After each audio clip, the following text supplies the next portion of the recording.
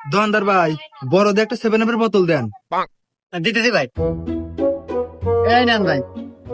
আর ভাই আপনি তো চিনলাম না, এই এলাকায় নতুন নাকি? কি কন ভাই, আপনাদের এলাকায় বিয়ে হইলাম, তাও আমাকে চিনতেছেন না? কার মেয়ে বিয়েছেন ভাই? ওই যে কাল্লু মিয়া সোহাগী আছে না, ওই 2 মাস আগে বিয়ে করছি। ঈদের দাওয়াত দিছে তো ভাই, এই জন্য দাওয়াত খেবে নাকি আছি। কাল্লুর মেয়ে সোহাগী।